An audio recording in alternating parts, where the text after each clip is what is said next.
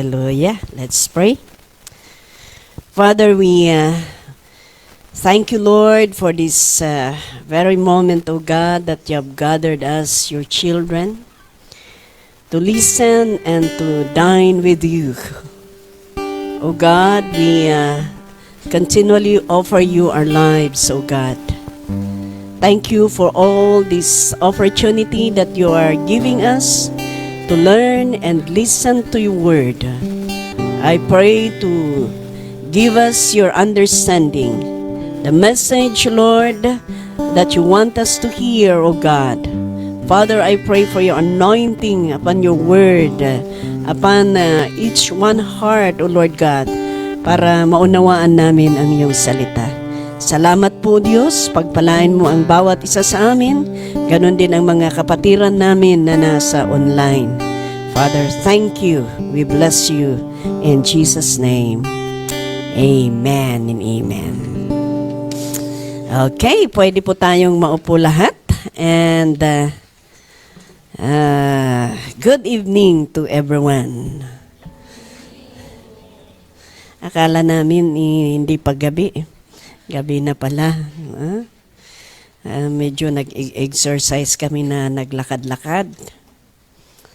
Praise the Lord sa pagkakataon. It's an opportunity and it's a joy to share the Word of God. Kaya ako po ay nagagalak na nagbabahagi ng salita ng Panginoon. Amen? Siguro sasabihin ninyo na pero ito ang buhay ko. Ito ang buhay ko, palaging nag-share ng word ng Panginoon, and we praise God. Kaya sa gabing ito, alam ko po na bilang isang nananampalataya, marami po tayong lakbayin. Mahaba pa ang ating lalakbayin bilang isang nananampalataya. Marami pa tayong dadaanan. Amen? Marami pang plain and rough road.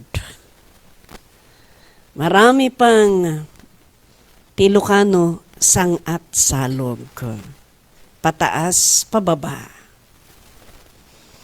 Kaya, kailangan ang Kristiyano dapat tuloy-tuloy. Kasi, kung mag-i-stop over tayo, yung time na pag-stop over natin, hindi natin alam kung makapagpatuloy pa tayo.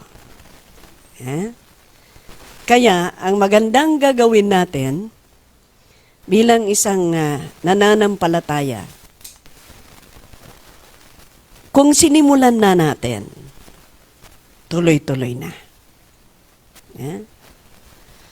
Hindi mawawala yung time na mapagod ka. Hindi mawawala yung time na parang gusto mo nang umupo. Pero, walang ibang kalakasan kundi itong salita ng Panginoon. The reason why we keep going is because of the Word of God. There is no reason na bakit tayo nakakapagpatuloy sa paglilingkod. I believe because of the Word of God.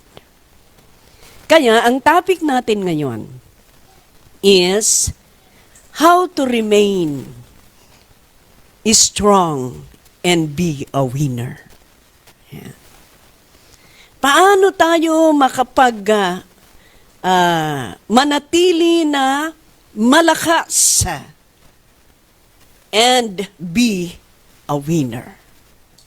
Palagi tayong mananalo, hindi yung matatalo. Okay. Dahil yan ang kagustuhan ng Panginoon. Alam ninyo, kung humihina tayo, doon pumapasok ang dyablo. Kung humihina tayo, doon siya lumalaban. Tilukano ko na, gundawayan na. Paano yun sa Tagalog? Oo, yan, tama.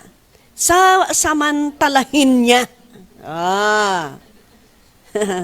Ganon, kung tayo'y manghihina. That's why, kung po pwede, palagi tayong maging strong. I-maintain natin. Pero hindi natin magagawa yan kung sa sarili natin, kailangan natin ang Panginoon. Kaya na ito pinapag-aralan natin. Okay. Itong nasa harapan ninyo, ano ang mayroon dyan? John 8:32. Be honest. Sinong nakamemorize sa inyo? Taas ang kamay. Sigurado kayo, huwag yung titingnan. Dahil ganun ang salita ng Panginoon. Kahit ilang taon na nakabitin, pero hindi na memorize. Nare-reject. Sabi niya diyan, you will know the truth, and the truth will set you free. That's why, the more you know the truth, the more you will be set free. Kaya the more na nakikilala mo ang katotohanan, the more na napapalaya ka sa bondage ng enemy. Kaya, ang unang gagawin natin, we need to have consistent time in the Word of God. Kailangan na nandoon palagi ang time natin sa salita ng Panginoon because if you know the truth will set you free. If you go deeper, then your spiritual root will be go deeper. Ganon. And 2 Thessalonica, I should say. In 2 Thessalonica, chapter 1, verse 8. 2 Thessalonica, chapter 1, verse 8. Sabi niya dito, He will punish those who do not know God and do not obey the gospel of our Lord Jesus. Kaya napakahalaga na kailangan bigyan natin ng panahon na mag-aral, magbasa sa salita ng Panginoon dahil sabi niya dito, He will punish those who do not know God. Kaya kailangan makilala natin ang Panginoon sa buhay natin at sabi niya, and do not obey the gospel of our Lord Jesus Christ. Kung hindi natin alam ang salita ng Panginoon, God will punish us. Yeah? If we do not know, if we do not obey the gospel of the Lord Jesus Christ, God will punish us. Pero paano natin malalaman ay paano tayo mag-obey sa gospel ni Jesus Christ kung hindi natin alam ang gospel ni Jesus? So, ibig sabihin, kailangan kilalanin natin ang salita ng Panginoon para malaman natin kung ano ang i-obey natin na salita ng Panginoon. So that we will be spared from punishment. Kaya, praise God. Alam niyo, nagagalak din ako, na-challenge din ako. Sa everyday na Bible study natin, di ba?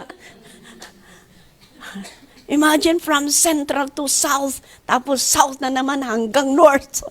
Ha? Sumusunod pa rin kayo. Hallelujah.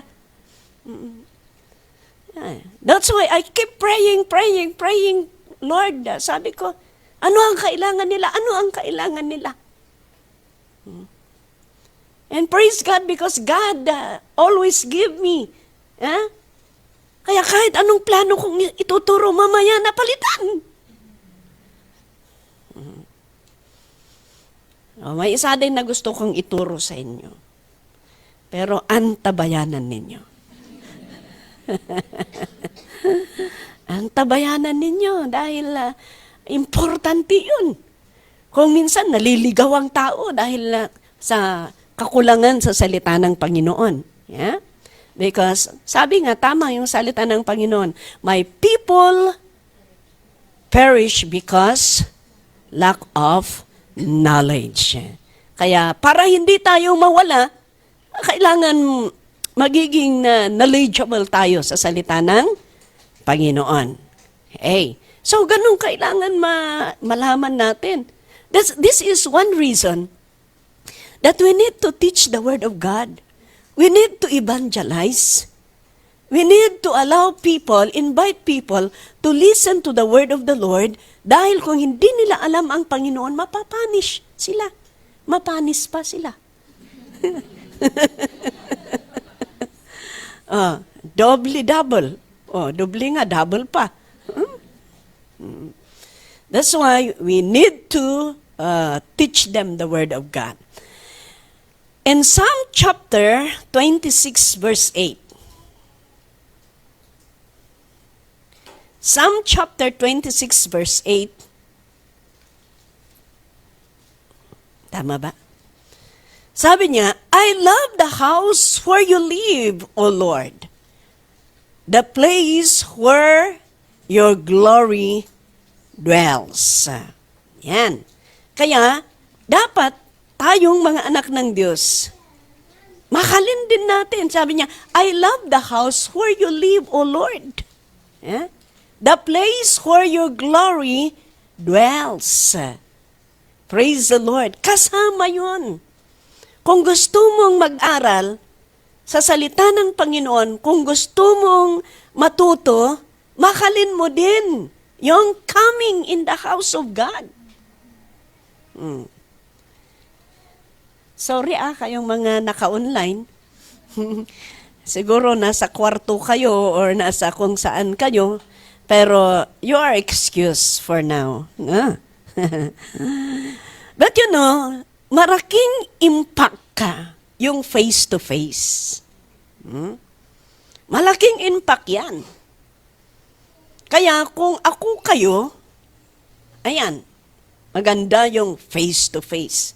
Pero excuse tayo sa the whole month na ito. Dahil sumusunod tayo sa online. Okay, and Luke chapter 4. Luke chapter 4 verse 4. Basahin na natin. Jesus answered, it is written, man does not live on bread alone. Next verse. May karugtong ba yan? Okay. Verse 8. Jump up to verse 8. Jesus answered, it is written, worship the Lord your God and serve Him only. Matthew chapter 4, verse 3 to 4.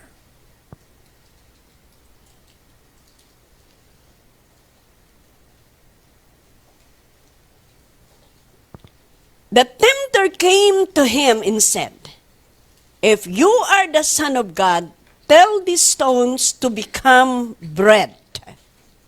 Verse 4. Jesus answered, it is written, man does not live on bread alone, but on every word that comes from the mouth of God. Yan. Bakit maging consistent? We need to have time, consistent time in the Word of God.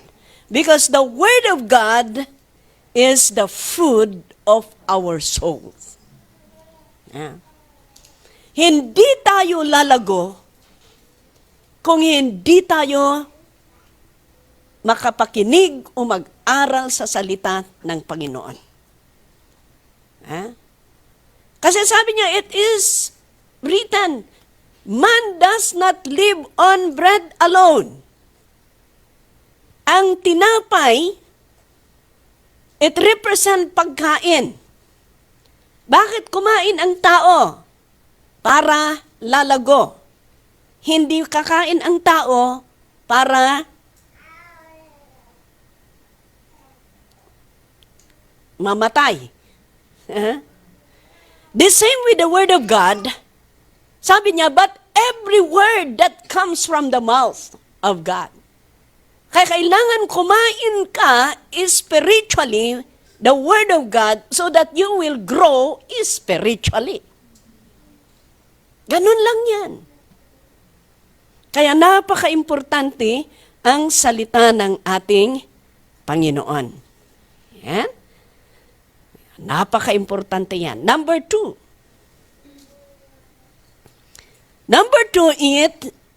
is consistent time in prayer. Sino dito ang nagsawa ng nananalangin? Alam niyo, minsan sa ating nananampalataya sa Panginoon, ito ang realidad.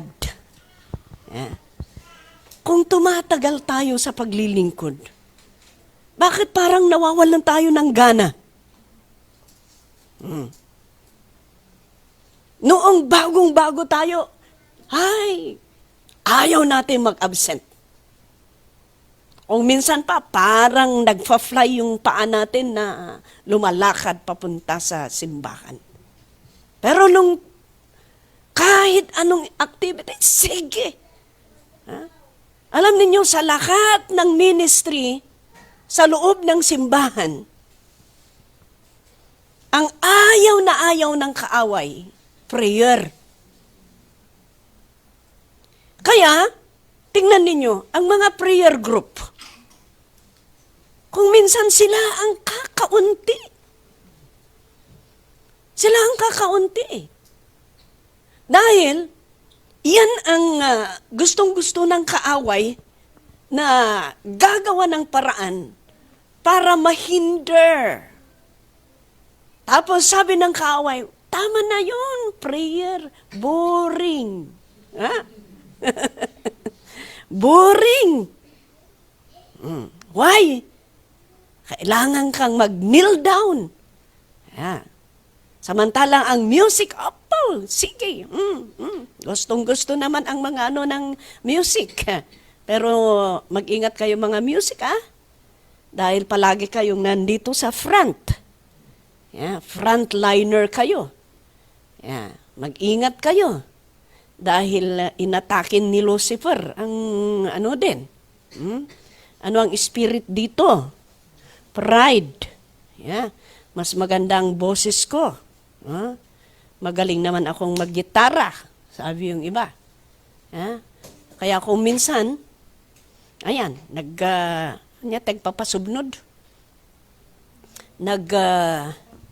Nagtatampukan. Nagtatampukan dahil parang yung kung wala siya, parang hindi matutuloy. Ganun naman Ang akala ba ninyo? Huwag kang paimpo-importante. Dahil kung paimpo-importante ka, baka tutuluyan kang alisin ng Panginoon. Alam ninyo, hindi yung kagalingan. Alam niyo yung paglilingkod, yung puso. Yung puso, tingnan ninyo kung talagang nandun ang anointing ng Panginoon. Kahit hindi tama yung key. Kung minsan pa nga, tama yung key, pero busis ang iba Di ba? Tama yung key, sintunado naman yung boses. Yeah? Ganun. Kaya kayong mga music, you better play with a humble heart. Yeah? Lalong-lalo na kung binigyan kayo ng Panginoon ng talento, magandang boses, magaling mag-play, mas lalo na sana kayong mag-humble. So that God will lift you up, God will use you. Yeah. Pero yan, ang ng mga music, pinaartapan, pinapintasan ti boses, pagalingan sa pagplay ng instrument. Pero yan ang iwasan natin. Yeah? Prayer, it's good.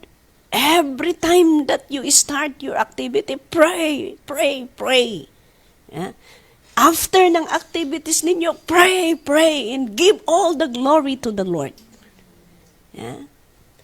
Hindi maiiwasan na, ang galing ni sister, ang galing mo, ganito, ang galing mo, maganda ang pag-deliver mo, ganito, maganda.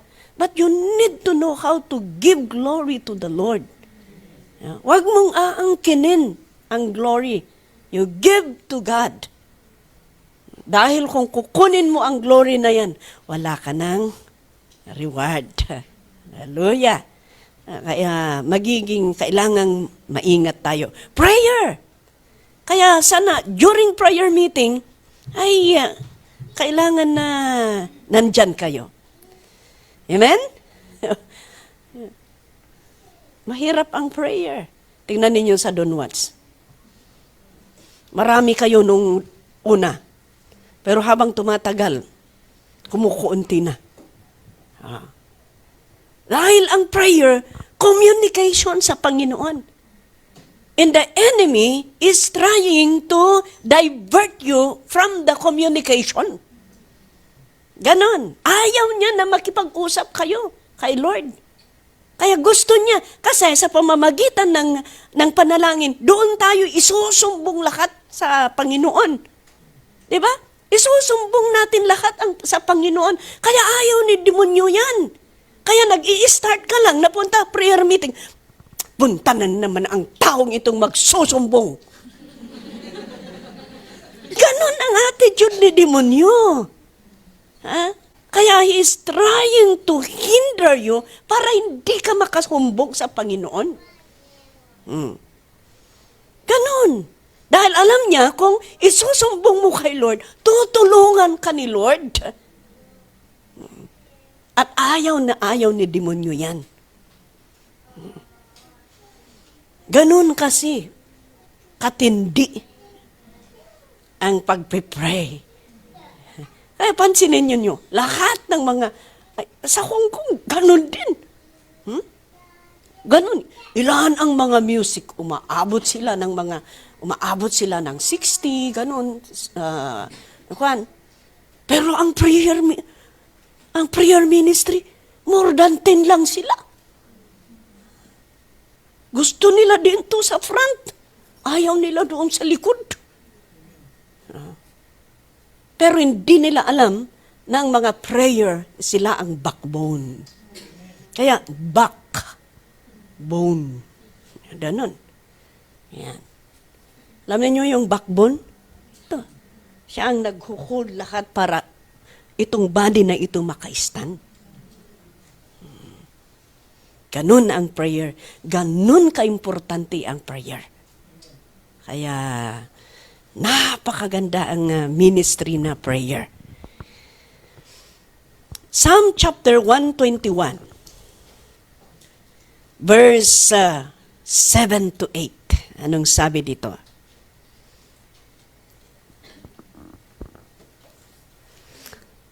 Psalm chapter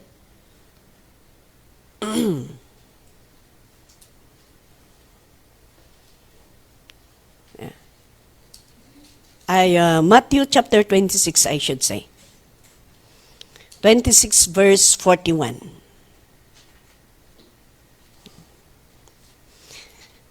Matthew chapter 26 verse 41.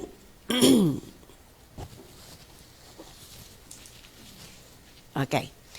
Watch and pray so that you will not fall into temptation. Sabi niya, watch and pray. So that you will not fall into temptation. Kaya tingnan ninyo ang power ng prayer. Watch and pray para so that you will not fall into temptation. Ibig sabihin ganito yan. Dahil kulang ka sa panalangin, kaya madali kang matempt. Yan. Kulang ka sa panalangin, kaya madali kang matempt. Yes, alam ninyo yan. Alam ninyo yan. Tapos sabi niya, the spirit is willing, but the body is weak. Ibig sabihin, the spirit is willing. Kasi watch and pray so that you will not fall into temptation. Kaya ibig sabihin na dahil kaya natitempt ka dahil kulang ka sa panalangin. The spirit is willing, but the body is weak. Ibig sabihin, yung pagpipray mo sa pamamagitan ng presensya ng Panginoon, mapapalakas lang itong katawan dahil sa banal na espiritu. Our body is weak. Pero kung malakas nandun yung espiritu ng Panginoon, lumakas ka sa iyong pananalangin, lumakas pati itong katawan mo, mapapalakas. Kaya tingnan mo, if you are trying to go down, mag-backslide, ang feeling mo, hindi ka din masaya. Sino sa inyo ang, backslide ka? Sino sa inyo ang masayang-masaya na backslide? Wala.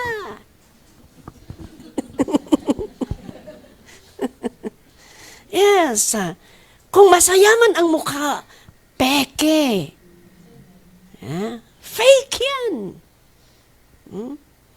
Kaya because of the Spirit of God and because of your prayer, napapalakas ka, kaya pati yung katawan na ito mag-reflect. Masaya ka din. Masaya ka din. Alam niyo kasi, kung weak na ito, kahit malakas ang natin, ang faith natin, ang pananampalataya, itong katawan natin, weak na ito. Kaya, ang magpapalakas lang dito para ma-overcome natin itong katawan na ito, yung espiritu ng Panginoon. That's why the more we pray, the more anointing. Ganun. The more we overcome the temptation. Tingnan ninyo si Jesus, pumunta doon sa Gethsemane, Garden of Gethsemane, na nag-pray. Because he knows that the temptation, the trials will come. Alam niya, ang kalakasan niya, prayer. Magsumbong. Kaya sabi nga sa kanyang ama, sabi niya, Ama, sabi niya, kung pupwede, hindi dadaan sa akin ang kupa ng kahirapan na ito. Sabi niya sa ama. Pero sabi niya, pero hindi yung kagustuhan ko, yung kagustuhan mo pa rin. Ibig sabihin, mahirap pa. Kaya nga nag-pray, sinumbong, kinausap. But the good is, ayan pa rin, nandoon yung full submission. Kaya kahit ganun ang nangyari, the result is victory. Tumatawa si demonyo, ang akala niya, nung patay si Jesus doon sa krus, ang akala niya nag-victory siya. Pero hindi niya alam, nang pagkamatay ni Jesus sa krus, ang bunga nito ay victory. Kaya natalo siya. Hallelujah. Kaya, ganon. In Colossians chapter 4, verse 2, Colossians chapter 4, verse 2. Sabi niya dito, devote yourselves to prayer. Kaya i-devote natin yung buhay natin to prayer. Being watchful and thankful. Yan. Maganda ang mananalangin ka. You command yourself to pray. Kung wala kang mararamdaman, mas lalo kang mag-kneel down. Titingnan mo. Habang nararamdaman mo yung pain doon sa tuhod mo, mas lalo kang tumitingala sa Panginoon. Why? Because nararamdaman mo din ang kirot, ang bigat ng dinanas ng ating Panginoon para sa ating kaligtasan. Amen. Kaya sige lang, mag-pray tayo. That is, yan ang gagawin natin. That is how we remain strong.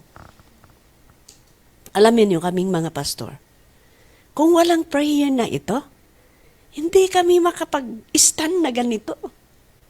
Ako, this is my secret place. This is my secret place. Dahil ang tingin ng tao sa akin, parang superwoman. Parang ganun ba?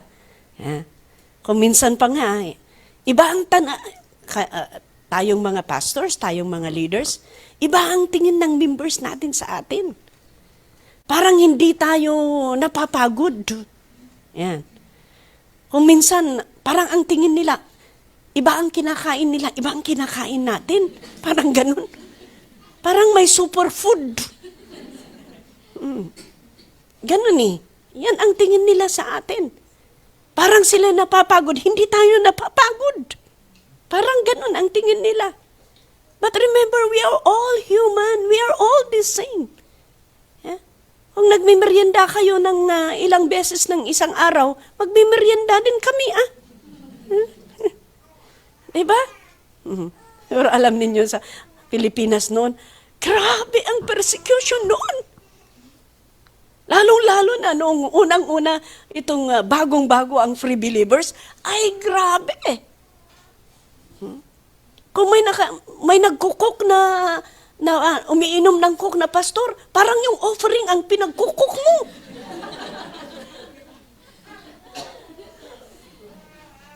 Grabe ang persecution noon. But praise the Lord. Ganun talaga. Pero ayan ang gagawin natin. You know, we need to be firm in our prayer. Dahil ito ang kalakasan natin. Ito ang kalakasan natin para manatili tayo. And I would like us to read 2 John. Dahil kung hindi tayo manatili sa ating paglilingkod sa Panginoon, sayang. Ito ang isang weapon. We need to have consistent time in prayer. 2 John chapter 1 verse 8. 2 John, sabi niya dito.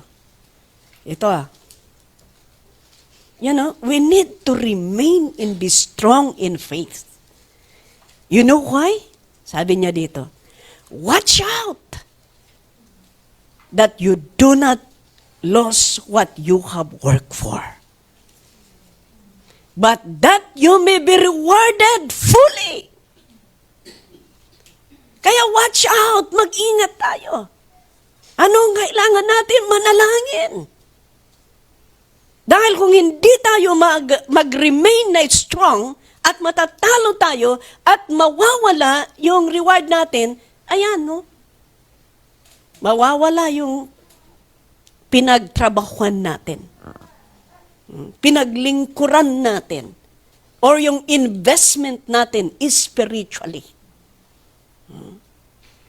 You know, as we continue to serve, as we continue to pray, nag-a-accumulate tayo ng reward. But the reward that we are accumulating, we need to be careful. And one way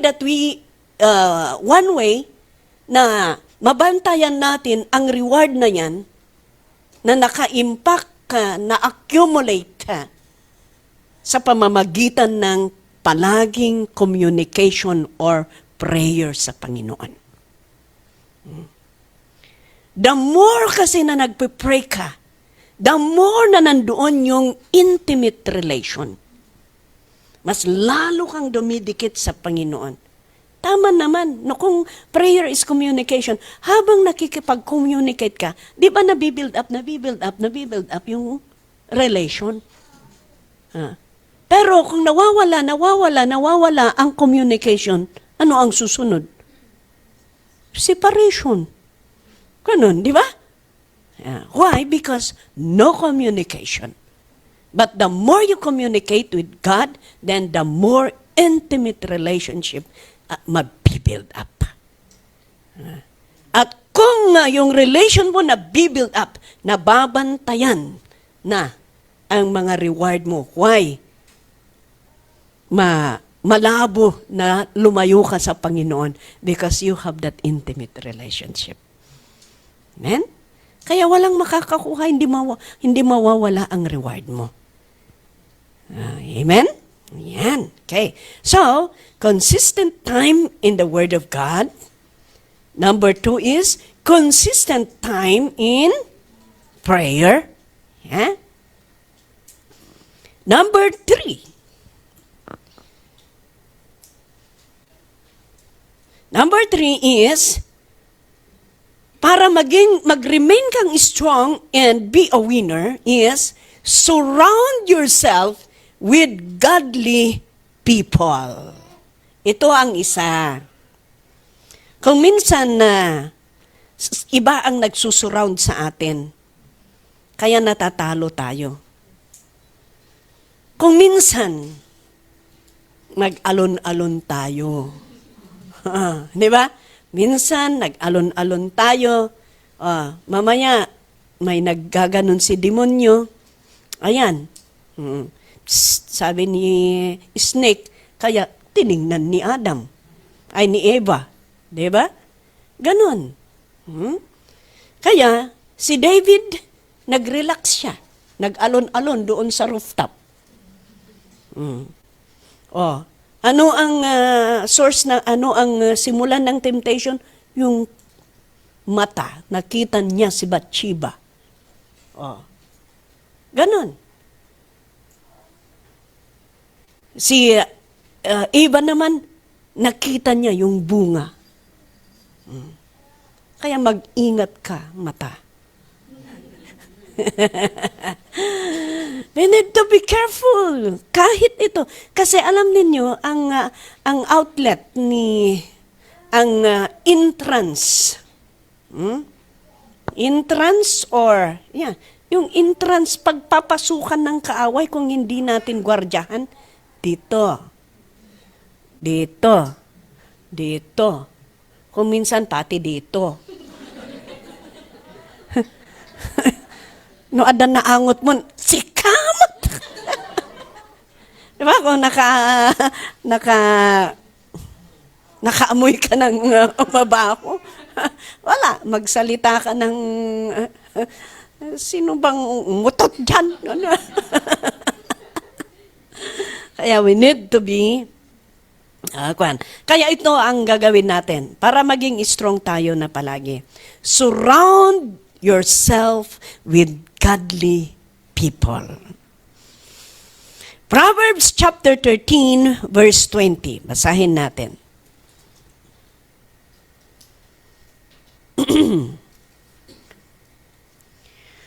He who walks with the wise, grow wise. But a companion of fools suffers harm. O, tingnan ninyo. Kung ikaw ay nakikipaglakad sa mga wise people, ay magiging wise ka din, lalago ka din.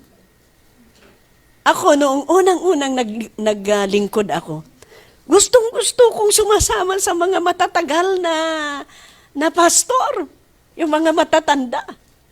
Kasi yung mga matatandang mga pastor, marami silang alam. Yeah? Marami silang alam. Marami kang natututunan kahit sa pakikipag-communicate mo lang, kahit nakikiupo ka lang. Marami kang natutunan kung alam mong mag-catch. Yan. Kaya gustong-gusto ko. Pero kung mga maag ang mga palagi mong kasama, wala, you will suffer. Yan, totoo yan, salita ng Panginoon. Proverbs chapter 12, verse 26. Kaya tingnan ninyo, palagi ninyong kasama. Yes, I tell you. Tingnan ninyo. Ang tao na palaging nag-aalaga ng baboy, amoy baboy.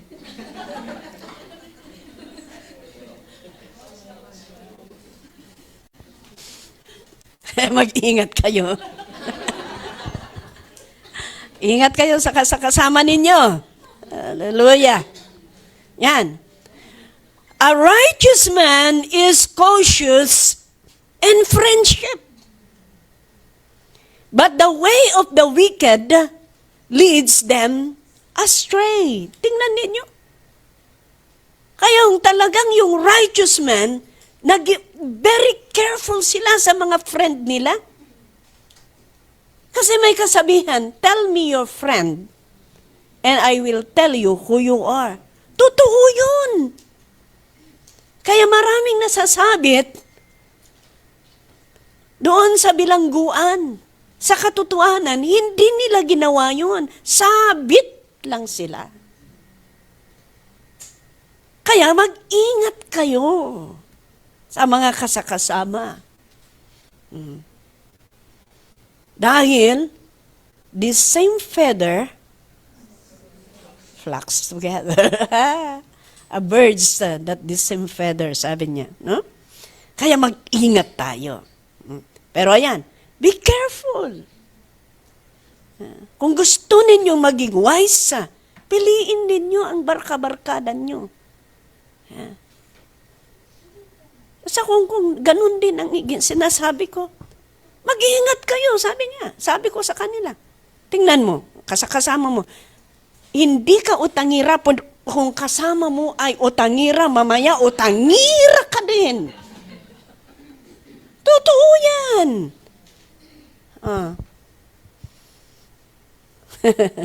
Kaya mag-ingat tayo, niya. Ingat. Proverbs chapter 17, verse 17. Proverbs chapter 17, verse 17.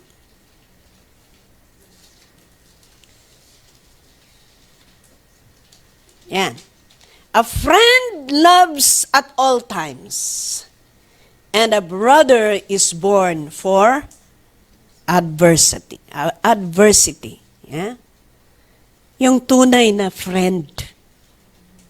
Tunay na friend. Kaya mag-ingat kayo, baka agin-agin friend yan.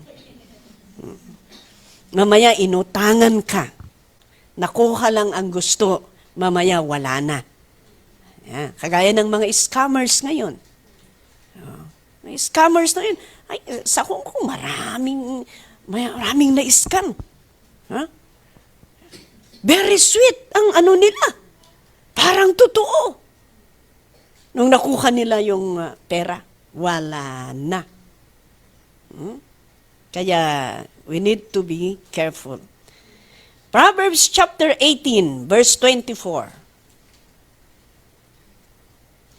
Proverbs chapter 18, verse 24. A man of many companions may come to ruin, but there is a friend who sticks closer than a brother. Kaya ayan, mag-ingat tayo sa mga kasakasama natin. Alam ninyo, kung masyadong marami ang friend mo, hindi nawawala ang hudas doon. Di mawawala ang Judas. Yeah.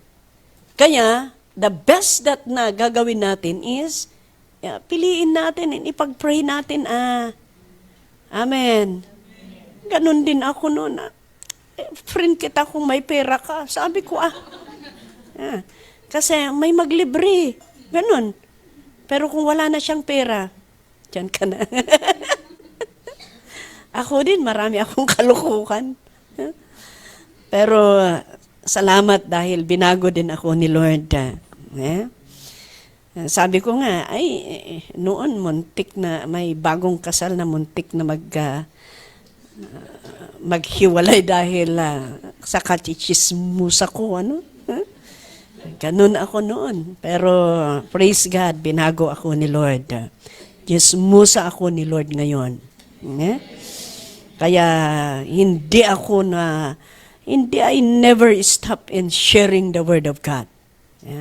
I learned to accept that this is my life. So I learned to share the Word of the Lord. Kaya every time na sabi nila sa akin na, magturo ka, turo ako. Hindi ako ang gumagawa ng schedule sa Hong Kong. Sila ang nagbibigay ng schedule ko. Minsan parang pagod tayo dahil, ayan nga, magturo ka ng, kung minsan, 4 na beses magturo ka ng isang araw. Ganon. But it's a joy if you lie down. Yeah? If you lie down, nafe-feel mo ang pagod. But there is a joy inside of you na ikaw ay napapagod dahil sa trabaho ni Lord. Napakasarap matulog sa kamay ng presensya ng Diyos kung alam mo na siya ang dahilan na ikaw ay napagod. Amen? Pero kung napagod ka lang sa kung ano-ano dyan. Okay. In Colossians, in 1 Corinthians chapter 15, verse 33. Colossians chapter 15, verse 33. Sabi niya dito, do not be misled.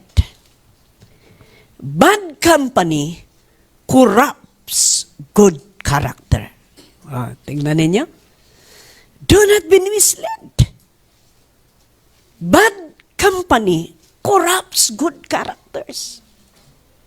Kaya sabi ko, mag-ingat kayo sa mga kasama ninyo dahil kahit maganda ang ugali mo, kung ang kasama mo ay wala, kukurapin niya. Kukurap yung good. Yeah. Tingnan mo nga yung katabi mo, good ba yan? Hallelujah! Yan. Kaya kung bad company, you better, kung ikaw naman, kung alam mong bad influence ka, magbago ka. And? Magbago ka para, i-bless ka ng Panginoon. Hindi yung pupunta ka sa church, ang tinitingnan mo, sinong may pera dito na uutangan. Sino ang i-scam ko dito? Ay, si demonyo, talagang ganyan. Talagang ganyan ang kaaway. Ang akala ba ninyo, wala si demonyo doon sa church? Ay, pumupunta din doon, sinisilip kung ano ang gusto niyang pero mag-ingat tayo. Pati natutulog. Sinisilip ni demonyo, Yan. Okay. So, that's it. You see, bad company corrupts a good character. Tingnan niyo kung kahit maganda yung isang tao or mabait yung isang tao, kung ang kasama niya, mamaya, wala na sila. Ganon din sa Hong Kong. Ang napakaganda yung samahan nila. Mamaya, yan, mayroon palang kasama nila na ililid sila. Imbis na punta sa church, andun sila sa park. Namamasyal. Mamaya, tapos na ang serbisyo, makita mo, nandoon sa Facebook. Nandoon ang posting-posting nila. You see, they will lead you. Kaya mawawala sa presensya ng Panginoon. Kaya yan po ang ingatan natin. Surround ourselves with godly people. Pipiliin natin. You better go to your leader kung wala kang ginagawa, kung wala kang kwan. You better go to the people who you know that it will help you sa iyong paglilingkod sa Panginoon. Yeah? Kaya kung may problema ka, hindi ka pupunta doon sa may problema. Mamaya, magkasama kayo, may problema. Yeah. Ganon kung minsan Kung pupunta ka sa may problema, dahil may problema ka, wala magkasabay kayo. Mamaya, you will find yourself doon pala sa sa park na. Yeah? Why? Because nag-combine yung puwersa. Yeah? Kung may problema ka, you go to the people na alam mo makakatulong sa'yo. Amen. Hallelujah. Praise the Lord. Okay? Para tayo po ay ma-maintain yung kalakasan natin sa ating paglilingkod sa ating Panginoon. Dahil kung hakayaan natin na matalo tayo, ay mahirap. Mahirap. So we need to be strong.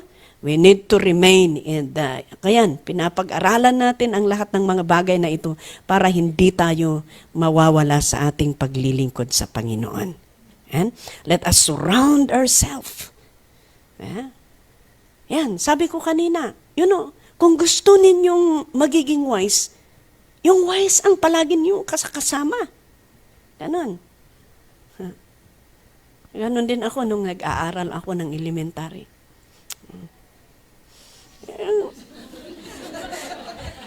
Yung palagi mong kasama, yung magaling, para gagaling ka din. Kahit kinukopya lang. Di ba, ganun tayo, no? Basta bili ka lang ng merienda, tama na yan. Pero kung ang kasaman mo na ay walang kaalam-alam, hihirapan ka din. Titingin kung saan mo sisilipin ang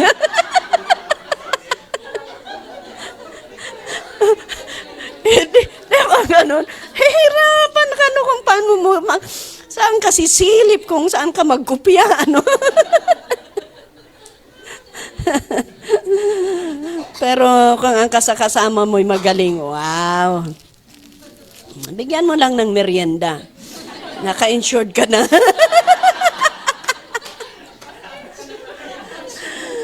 Tingnan mo naman ang kalukuhan,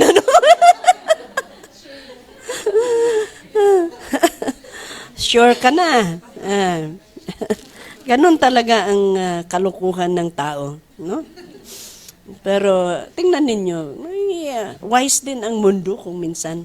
Di kung wise ang mundo, di sana mas wise ka din, At alam mo ang iyong ginagawa. May na-remind tuloy ako sa isang may magkaibigan daw. Tapos isa, asawa ng pastor. Napakayaman sila. Dahil hindi Pilipino, alam ninyong tayong mga Pilipino, kung may pera yung asawang lalaki, ipahawak sa babae, di ba? Karamihan ganun. Ewan ko baka Chinese ito or kasi ang Chinese, pera mo, ganun. Kahit puti, ganun. Pera mo. Itong magkaibigan,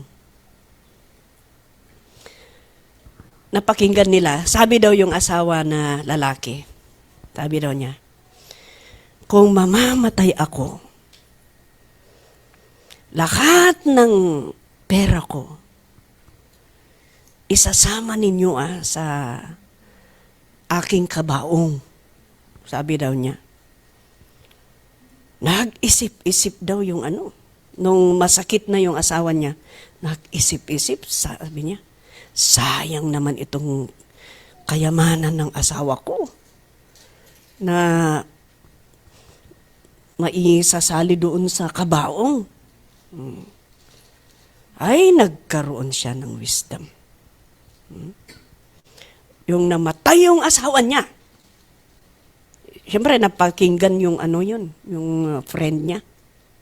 Sabi daw yung friend niya, oo nga, paano na yan? Patay na ang asawa mo. Patay na yung asawa mo. Paano na yung kayamanan?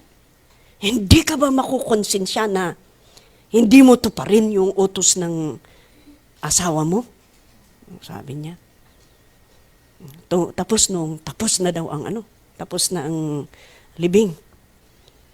Sayang yung pera mo. Sayang pera ng asawa mo, sabi daw yung friend ng itong misis na ito.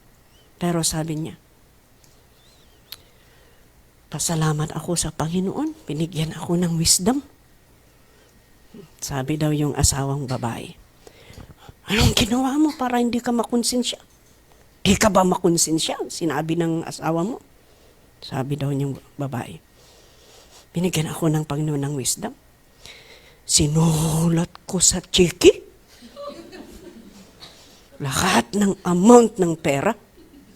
Tapos inilagay ko sa kabaong.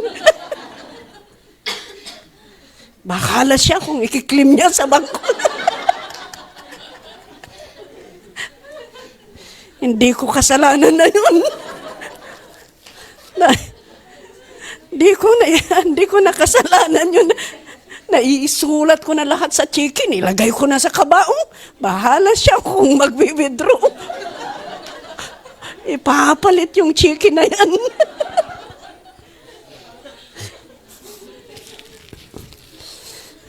Wisdom naman na? Totoo nga, di sayang. Tama, bahala siya kung ipapalit niya. Nandun naman yung cheque. Hallelujah. Gusto ko lang magising kayo, no? Pero, kung titingnan natin, tama na ba naman, no? Tama ba naman? Okay. Surround yourself with godly people. If you are wise, surround your people with a wise people. Pero yung hindi wise, wais. Kasi maraming mga wais eh. Okay, number 4. So to remain strong and be a winner is we need to have consistent time in the Word. Kaya patuloy tayo. Yan, mag-study, makinig, mag-Bible study, magbasa sa salita ng Panginoon. Number 2, we need to have consistent time in prayer. Yeah. Kaya continue to join sa mga prayer meeting, mga prayer and fasting. Yan. Mga 21 Daniel fasts. Yeah.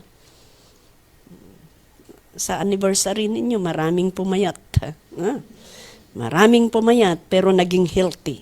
Hallelujah. Maganda yan. Join. Let us desire in our hearts. And number 3, surround yourself with godly people. Para hindi kayo matempt. Huwag kayong makisama because sabi niya dito na yung mga tao na ikukurap talaga ang karakter natin. Babaguhin. Yeah? And number 4 is trust the Lord and do what is right. Sa tingin ng tao, between positive and negative, do what is right.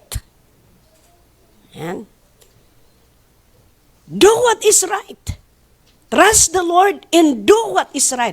Parang negative sa tingin ng human sa tao. Paano mo malaman or paano ka magkakaroon ng trust in do what is right? Ganito yan. Always go back to the word of the Lord.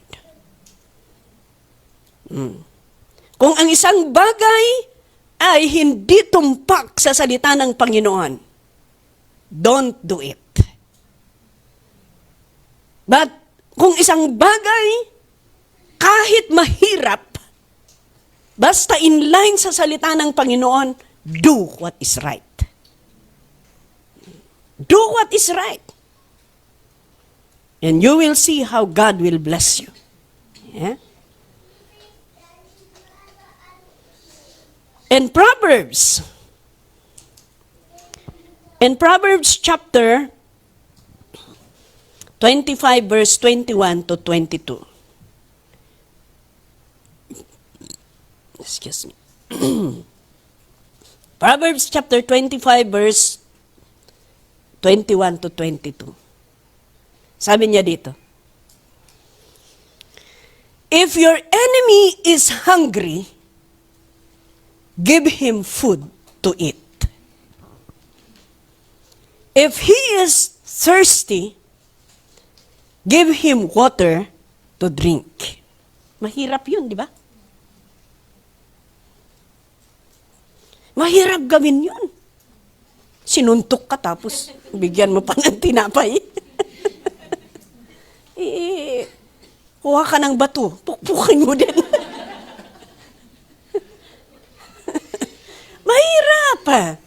Mahirap.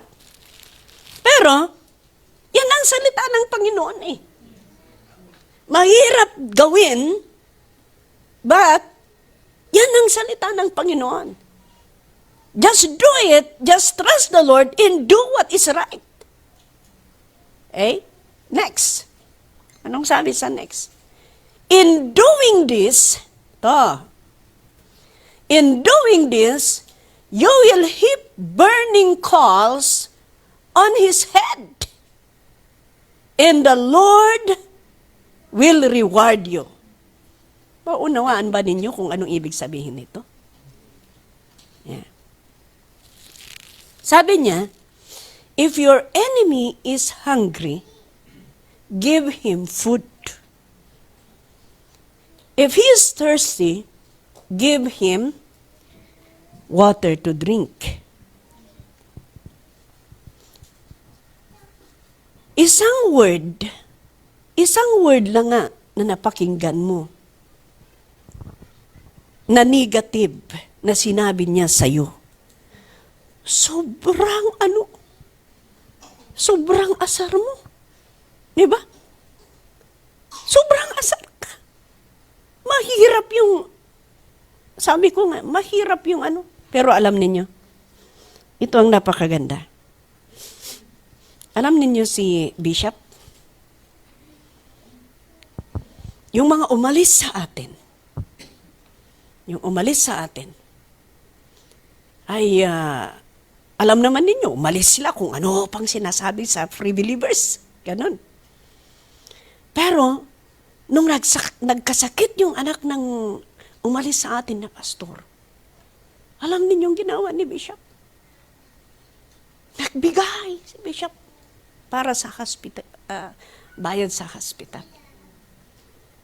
Nangangailangan ng dugo yung anak ng pastor na yan.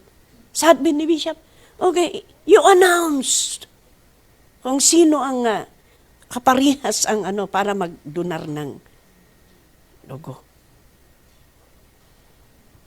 Ganun. Mayroon din grupo na, ayan, negative ang sa atin. Pero, nung wala silang pangangailangan, pumunta sila kay Bishop. Mangutang nga kami, sabi nila. Binigyan ni Bishop, hanggang ngayon hindi pa nabayaran.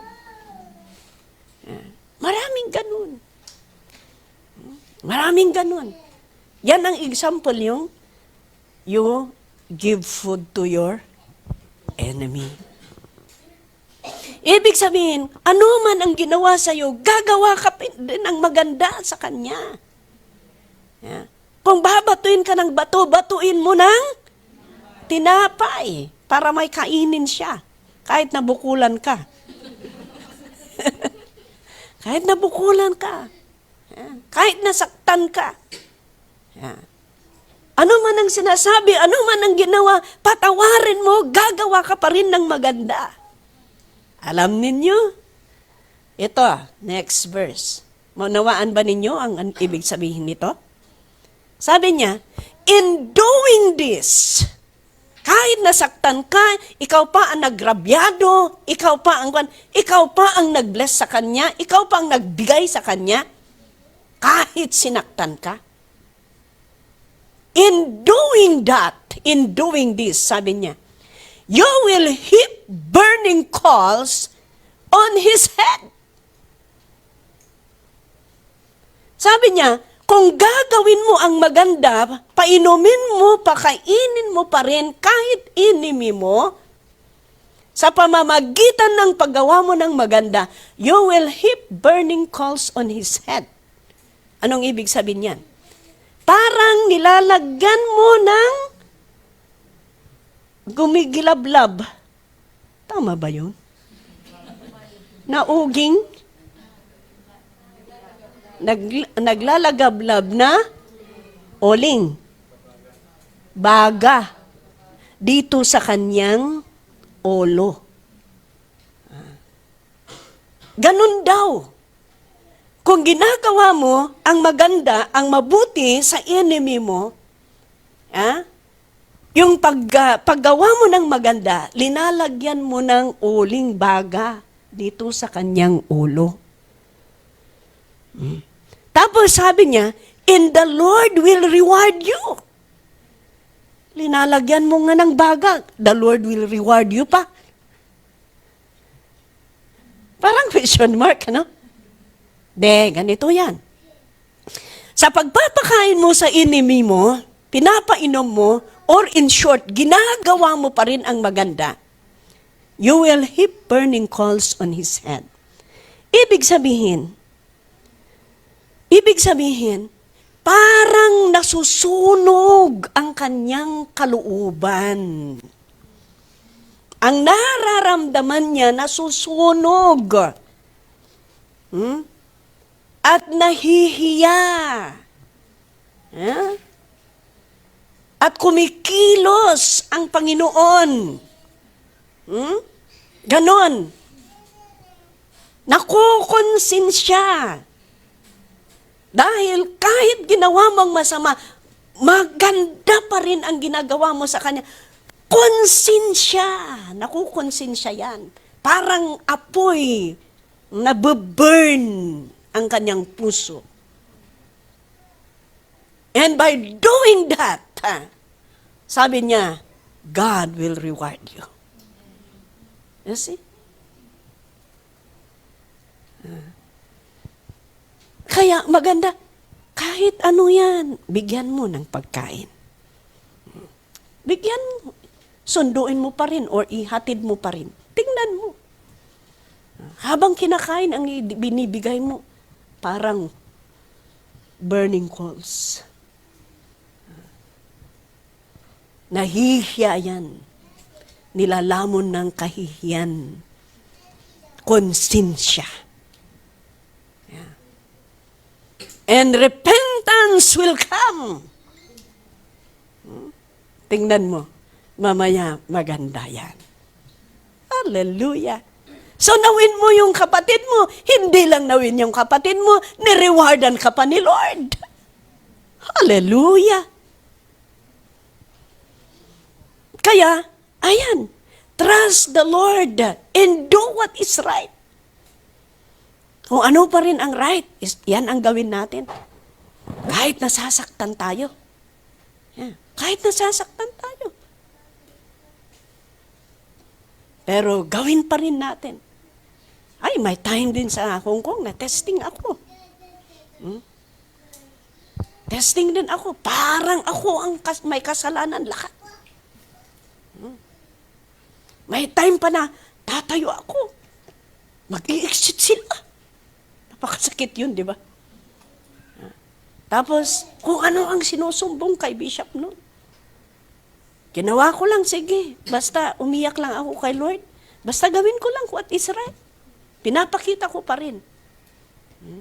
Alam ninyo, dumating ng panahon, nalaman ang katotohanan. Ang napakaganda doon, yung pagpakita ko ng maganda pa rin sa kanila, sila ang mismong bumalik sa akin. Sila ang mismong bumalik at sila ay nagsusori. Yung isa kung ano-ano ginagawa niya sa akin, kung ano-ano, pinapakita talagang once na tinawag ako magturo, tatayo din na mag-exit. Talagang papakita niya. Pero alam niyo, pinag-pray ko pa rin. One time na demon possess. One time na demon possess. Huh? Tapos tinawag ako. Ako ang nag-pray sa kanya. Ganun. Let us do what is right. And the Lord will reward us. Yeah? Kasi, kung tayo ang maghihiganti, for example, maghihiganti tayo, wala. Kung maghihiganti tayo, hindi matutupad yung sabi ni Lord, vengeance is mine. Kaya kung maghihiganti ka, walang hihigantihan ng Panginoon. Diba? So, dahil naghiganti ka na. Kung hinayaan mo sana na si Lord ang maghiganti, i-reward ka pa ni Lord. Do what is right.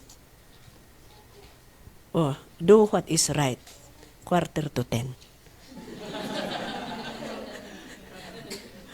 Hallelujah. Maaga tayong nag-start, di ba?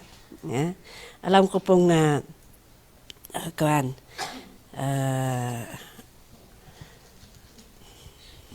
amen? Hallelujah. So, let us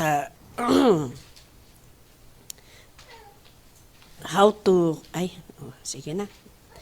Ganun na lang tayo. No? Tapusin na para alam ko pong bawat isa sa atin ay may trabaho pa bukas. At you will still follow tomorrow. Huh? So, ganun po ang gawin natin so that we will remain strong and always a winner. Para pagdating ng ating Panginoon, ang desire ng puso natin is pagdating ng ating Panginoon, wala sanang kahit isang kaluluwa na mawawala. Yeah? Lahat sana tayo, winner tayo. Lahat sana tayo, strong tayo. Yeah? Yan ang kagustuhan ng Panginoon. So that if God will come, we will all enter to the kingdom of God. Remember, napag-aralan natin yan, babalik ang ating Panginoon. And He will come for you and for me. So let us continue to remain strong in the Lord. Huwag tayong magpatalo. Alalahanin natin, ang kakampi natin ay ang Panginoon. Amen. Salamat, Lord, sa iyong salita na aming napakinggan sa gabing ito. Dalangin po namin, O Diyos, na tulungan mo kami para kami po ay magiging strong palagi sa aming pananampalataya. Darating man ng panahon na parang nafe-feel namin na kami naghihina. Lord, your word, we remember your word that will strengthen us, that will empower us, Lord, in our service unto you. Bless your people right now, O God. Lord, give us the desire to learn more from you. Give us more desire to pray, O God, and have that intimate relationship with you. Help us, Lord, to surround ourselves with godly people para hindi po magkakaroon ng pagkakataon ng kaaway sa buhay namin. Tulungan mo din kami na we will trust you, Lord God, and we will do what is right, Lord. Even in times of testing, Lord, help us to really determine to do what is right. and shun evil, Lord. Father, thank you. Bless your people. Inculcate your word in our hearts, Lord. At palagi mo itong iparemind sa amin. Dahil alam po namin, Panginoon, na mahal mo po ang bawat isa sa amin. Salamat po, Diyos. Sa iyo po ang papurit pasasalamat sa matamis na pangalan ni Jesus. Amen and amen. Thank you very much. God bless.